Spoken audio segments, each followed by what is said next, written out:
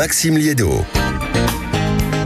0826 300 300 sur Sud Radio, c'est la France au bout du fil, sur des sujets d'actualité, sur des sujets qui vous concernent. On vous écoute, on vous entend, on débat ensemble, amis auditeurs, on discute. C'est-à-dire que vous êtes avec nous, vous profitez d'un bout de melon, d'un bout de jambon, d'un peu de mozzarella, vous avez Sud Radio en fond, mais vous mettez le téléphone et on discutaille. Sauf que moi j'ai pas le pinard et tout ce qui va avec pour faire un bon repas, mais vous avez compris l'esprit. 0826 300 300, on va s'interroger dans un premier temps sur, pas dans un premier temps, mais on va tisser le fil, on va tirer le fil en réalité de ces centres-villes qui disparaissent, ces commerces qui disparaissent des communes françaises. Près de 60% des communes françaises qui n'ont plus aucun commerce. Les députés ont essayé de s'y atteler, mais la question, elle est simple. C'est en réalité, pourquoi on cherche à sauver les commerces français? Doit-on forcément les sauver, les commerces français? C'est la question qu'on se pose. 0826 300 300, parce que après tout, on peut très bien se dire que les modes de consommation ont changé, que c'est le commerce en ligne, c'est la manière maintenant d'aller dans des grosses industries, dans des grosses galeries commerciales. Qu'est-ce que vous en pensez, vous, amis auditeurs, au 0826 300 300? Bonjour Jean-François. Bonjour. Merci beaucoup d'être avec nous ce matin. Comment vous regardez, vous, ce débat-là? Est-ce que oui, il faut sauver les centres-villes, ou est-ce que, parce que la vente en ligne, parce que les centres-villes, maintenant, ce n'est plus la priorité, on doit forcément les sauver, ces centres-villes? Dites-nous. Ah oui, je vous écoute depuis un bon moment. Et il faut vraiment les sauver. Il y a deux raisons essentielles à ça. La première, c'est il y a un savoir-faire énorme. Boulanger, pâtissier, boucher, etc. Traiteurs, des véritables traiteurs. C'est pas des plats cuisinés qu'on trouve dans des boîtes qui viennent de je ne sais où. Mais vous avez un autre savoir-faire, c'est les cordonniers, les petits artisans qui sont accolés au centre-ville, les menuisiers, les ébénistes, les verriers, etc. Bon, il faut sauver ça. Mais quelqu'un a dit fort intelligemment tout à l'heure qu'il faut surtout pas que les députés s'en mêlent. Il faut pas de la politique là-dedans. Il faut du bon sens. L'ennemi mortel du commerce de centre-ville, malheureusement, c'est la grande distribution. C'est pas méchant de dire ça, c'est un constat. Bon, il faut prendre des mesures. Les mesures, par exemple, interdiction pour la grande distribution d'ouvrir le dimanche et jour férié. Quelle que soit la raison. Fermer, un point, c'est tout. Parce que dans la grande distribution, certes, il y a l'alimentaire, mais juste à côté, il y a l'électroménager. Il y a de tout. Il y a de tout. Donc, un point, c'est tout, c'est fermé. Ensuite, la distribution ferme à 20h. Voilà, terminer les nocturnes, terminer des horaires élastiques. Oui, mais vous savez aussi que Jean-François, moi j'entends vos propositions et vous faites bien de venir en parler ici sur Sud Radio, mais vous voyez bien aussi à quel point de temps en temps dans le centre-ville, ça ferme tôt, on n'a pas toujours ce qu'il faut, et donc la grande surface est quand même toujours un peu le soldat qui vient sauver Ryan, en ayant quand même en étant ouvert tous les jours, même les jours fériés. Pardonnez-moi, Jean-François, allez faire un tour un 15 août dans certains centres-villes à côté de chez vous. Vous savez qu'à part la grande surface, il n'y aura pas beaucoup de magasins d'ouverts quand même. Tout à fait. Les gens ont qu'à faire les courses le 14. Et moi j'ai 70 ans, j'ai vécu avant la grande distribution. Les gens, les ménagères prenaient leur disposition. Il y avait des réfrigérateurs comme aujourd'hui. On achetait les courses la veille et on les gardait. D'autant que la grande distribution ne vend en dehors de l'alimentaire, mais ne vend que de l'importation, que des produits qui viennent du sud-est asiatique. Et dans l'alimentaire, il y a beaucoup de polémiques à propos de la qualité de ce qu'on mange, de ce qu'on appelle globalement la nourriture industrielle. Donc, il n'y a pas que des avantages.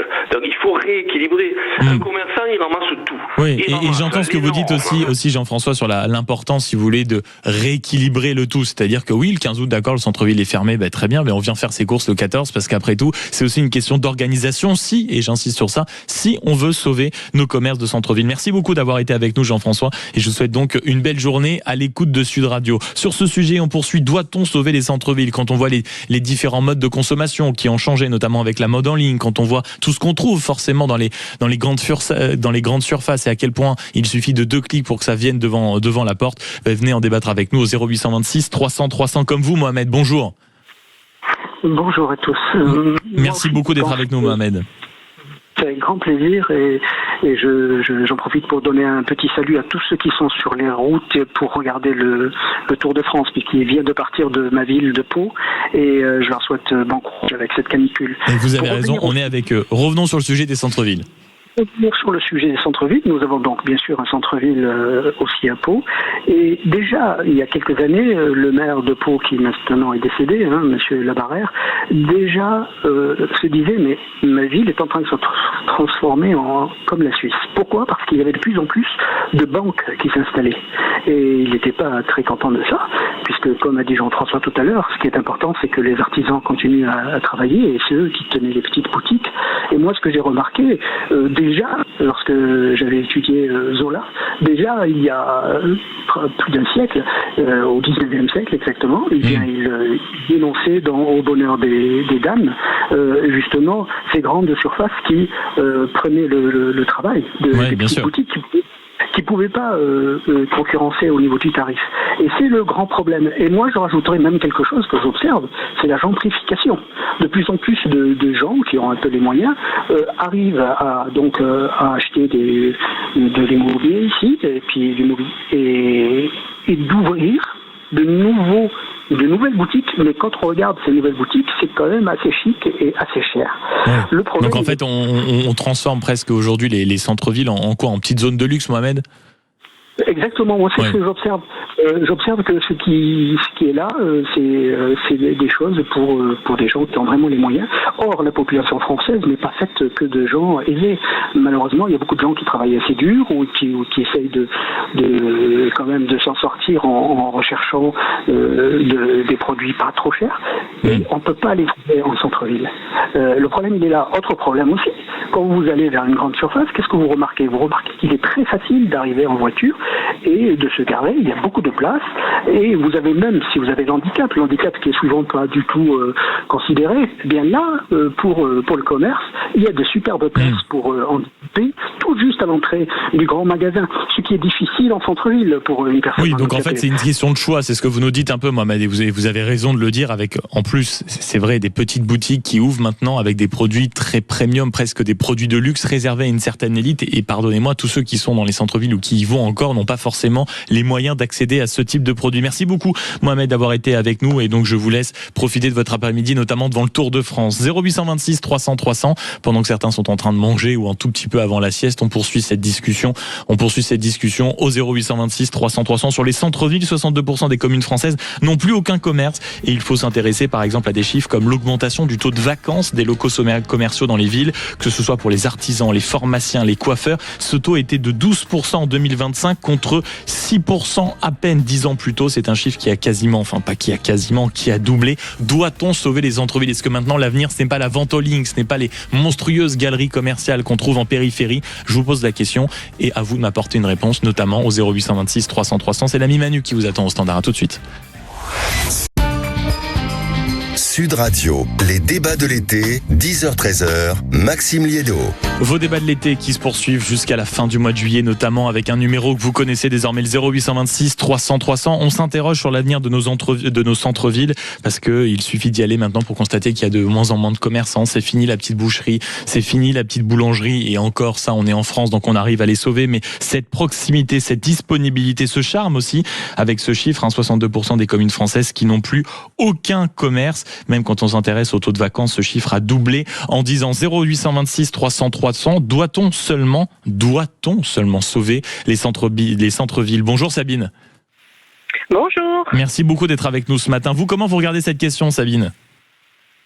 Alors en fait, il y a plusieurs choses qui ont évolué depuis plusieurs années. À savoir qu'au début, les centres-villes, j'ai vu comme à Nîmes ou à Montpellier, parce que moi je suis du sud de la France, beaucoup de magasins fermés, empierrés, terminés. On va à Nîmes, centre-ville, c'était la sinistrose, il y a de quoi pleurer.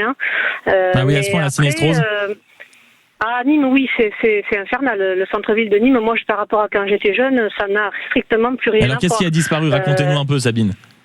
Alors, ce qui a disparu, ce sont les petits commerces de proximité.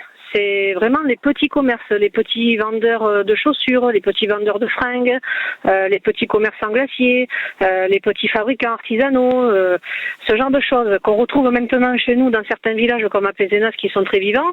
Mais à Montpellier, par exemple, ce qui a été fait, et c'est pas mal, mais ça sauvera peut-être pas le centre-ville, ce sont des halles qui regroupent plusieurs spécialités avec des commerces de proximité qui sont regroupés dans les quartiers. Et c'est vrai que moi, j'en ai un à côté de mon boulot. Il y en a plusieurs endroits dans la ville. où les gens qui soient du nord, de l'est, de l'ouest ou du sud peuvent aller faire leurs courses. Et il y a vraiment un regroupement de personnes. Après, ces gens-là payent cher pour être là, c'est vrai, mais ça reste quand même des maraîchers, des choses vraiment de proximité.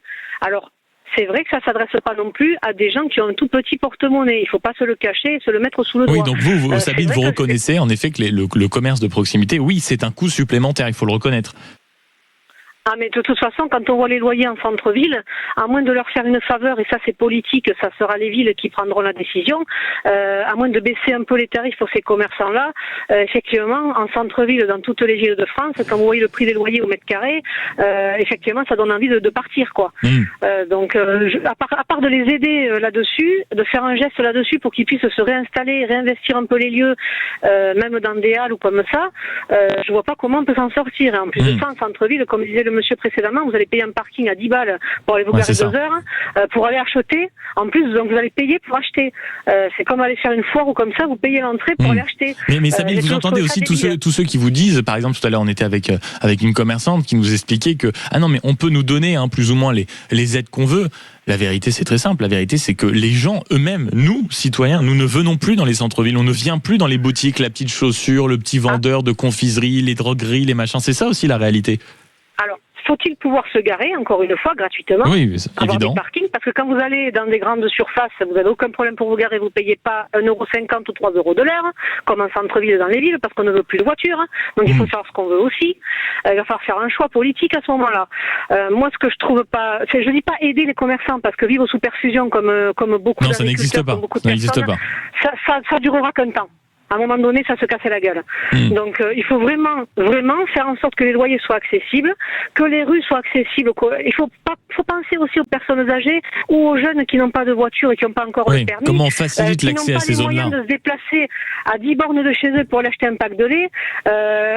Quand même, il faut penser à celui qui manque un petit kilo de beurre et qui a envie de se l'acheter dans la rue à côté et pas de faire 15 bornes pour aller le chercher. Sabine, vous avez raison. Donc il y a tout ça à repenser, je pense qu'il y a du travail à faire, j'espère qu'on nous écoute, j'espère qu'on est très attentifs, on a envie de voir vivre la ville, mais attention, parce que tout le monde n'est pas riche à millions. Merci beaucoup Sabine d'avoir passé ce coup de gueule plein de bon sens sur Sud Radio à 12h49 au 0826 300 300 entre 12h30 et 13h. Tous les jours, on vous écoute, c'est la France au bout du fil et on poursuit sur ce sujet des centres-villes qui vous fait énormément réagir et je pense à vous Jean-Alex, bonjour. Oui, bonjour Maxime.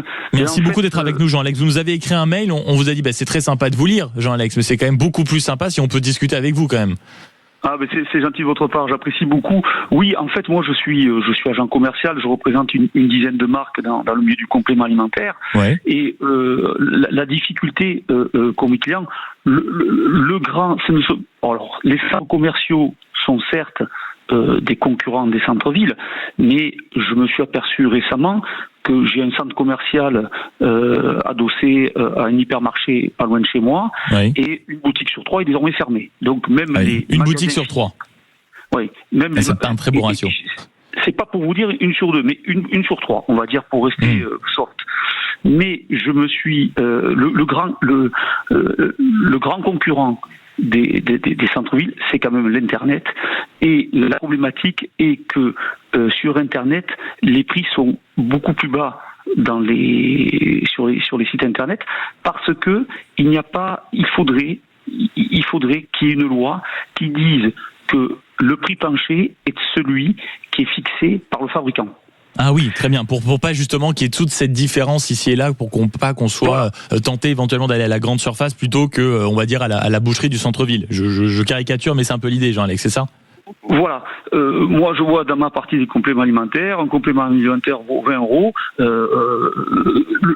où tout le monde est gagnant, le fabricant, le distributeur et le consommateur. Tout le monde est gagnant. Donc, très bien. Après, si le commerçant physique veut le vendre 21, 22, 23 €, c'est son problème. Mais le problème, c'est que sur Internet, on va le retrouver à 18, 15, 16 €. Et là, les gens ont plutôt tendance à aller le chercher sur Internet. Donc, il faudrait qu'il y ait une loi qui dise, voilà, sur Internet, les prix, il y a des prix planchers qui sont fixés par le fabricant, sous lesquels aucun site ne peut aller en dessous. Après, ils font ce qu'ils veulent dessus. Voilà. Et comment vous regardez au milieu de cette problématique, Jean-Alex, et j'entends en plus ce que vous nous dites sur la complexité de tout ce problème, et en plus les remontées du terrain que vous nous faites d'une certaine manière, mais beaucoup disent oui, il n'y a qu'à faire de la vente en ligne. Comment vous regardez cet aspect précisément, même si on se doute bien que ça ne sauvera pas les centres-villes, mais est-ce que ça pourrait permettre ça aujourd'hui on va dire de pallier un peu parfois le manque de trésorerie?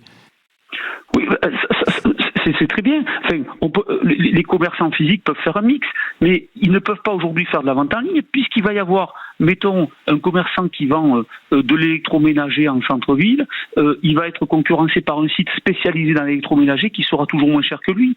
Donc le commerçant ne vendra rien en ligne, il vendra rien en physique et rien en ligne. Donc pour ça qu'il faut qu'il y ait cette loi de prix plancher. Oui, c'est vrai que ça viendrait résoudre énormément de choses. Et puis dernier point, c'est un sujet, les auditeurs précédents l'ont souligné, moi aujourd'hui, j'habite à 1 heure de Lyon, voilà, se garer une journée sur Lyon pour faire les commerçants, c'est 35 € de parking. Oui, et 35 € forcément, c'est toujours quelque chose qu'on n'achète pas en plus. Merci beaucoup Jean-Alex d'avoir été avec nous, et en plus de nous écrire des mails, n'hésitez pas donc à nous appeler et à réagir de cette façon au 0826 300 300. Merci beaucoup d'avoir été avec nous, qui plus est avec votre capacité à faire des remontées de terrain avec votre métier. Jean-Alex, c'était plus que très précieux. On termine avec vous, Sophie, bonjour. Oui, bonjour. Écoutez, Sabine et Jean-Alex ont dit beaucoup de choses qui sont la réalité de tous les jours.